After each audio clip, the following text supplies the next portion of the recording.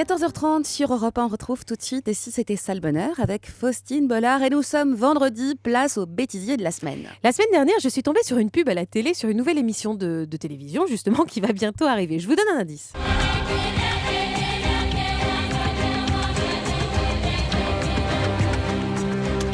Famille d'explorateurs, ça s'appelle comme ça, une sorte de Koh-Lanta familial. En gros, dans à peine quelques semaines, alors qu'on n'a même pas eu encore le temps de digérer la dernière cérémonie du conseil, on va rebouffer pendant 2 mois du riz au crabe cru, des poteaux, des totems et des épreuves d'immunité. Ce qui en soi ne nous pose pas trop de problèmes européens parce que nous, ici, pour Koh-Lanta, franchement, on est prêts. L'épreuve de la nourriture d'abord. Pas besoin de partir au fin fond des Tuamotu pour se voir imposer un régime à base de noix de coco et de bananes. Nous ici, ça fait des semaines qu'on vit à la dure. Enfin, Julia surtout, qui est un petit peu la moundir locale capable de capturer des requins à main nue. Eh bien, depuis le lancement de la nouvelle formule de la station, Julia, elle a plus le temps de déjeuner. Et franchement, c'est un peu comme Franck Leboeuf qui rêve devant un steak tartare. Elle a la dalle, Julia. Du coup, elle mange pendant mon émission et elle a raison d'ailleurs, hein. Je vous laisse terminer votre déjeuner puisque Julia est quand même elle est en train de picorer en même temps parce qu'elle a plus tellement le temps de déjeuner aujourd'hui, Julia, donc elle déjeune à 15h30. Donc là, elle a un petit la dalle, donc c'est l'heure de l'apéro. Raccord, je l'ai sorti de mon sac. Comme quoi, on peut aussi non, mais on peut pas tout dire. Elle l'a sorti de son sac, effectivement. Vas-y, ma Julia, je te jure, à la réunification, je te donne le reste de ma ration de riz. T'es heureuse comme ça ? C'est la règle de Koh-Lanta et personne ne peut y échapper. T'as l'air en tout cas. La famine, on gère donc. Deuxième épreuve de la célèbre émission de télévision. L'endurance ou comment courir sous l'eau avec une pierre accrochée à la cheville pour aller choper une rame enterrée dans le sable qui me permettra de revenir vers la rive sur un bateau pneumatique dégonflé en moins de 3 minutes. Eh ben non, à Europe 1, ce genre d'épreuve, ça aussi on maîtrise. La preuve, voilà le champion du monde de la parole en apnée toute catégorie, le héros des parents qui tiennent le coup mais qui sont un peu crevés quand même. Vous êtes l'heureux papa de 2 ados, une vraiment dans l'âge, l'autre qui commence à être grand, de 16 et 19 ans.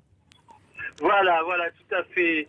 Et en fait, je voulais dire que si quelqu'un les veut, je suis prêt à faire une livraison gratuite avec les vêtements, et même donner une rente de 100 € par mois si vous voulez.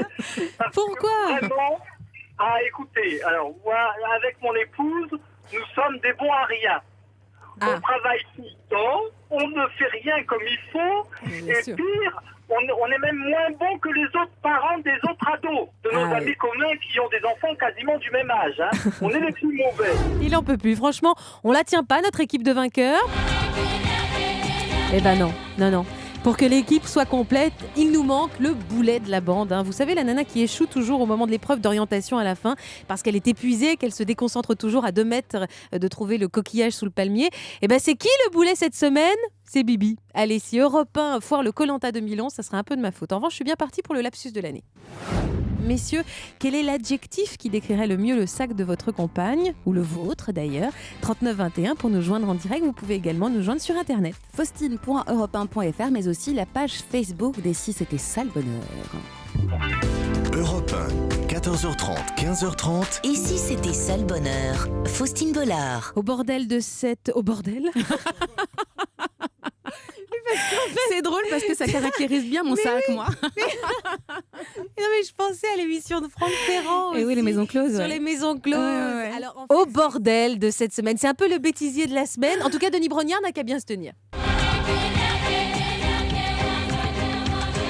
Mais non, c'est pas le bordel, c'est juste le kiosque du vendredi, justement. Bienvenue dans Et si c'était ça le bonheur. Merci d'être fidèle à Europe 1. Europe 1. 14h30, 15h30. Et si c'était ça le bonheur ?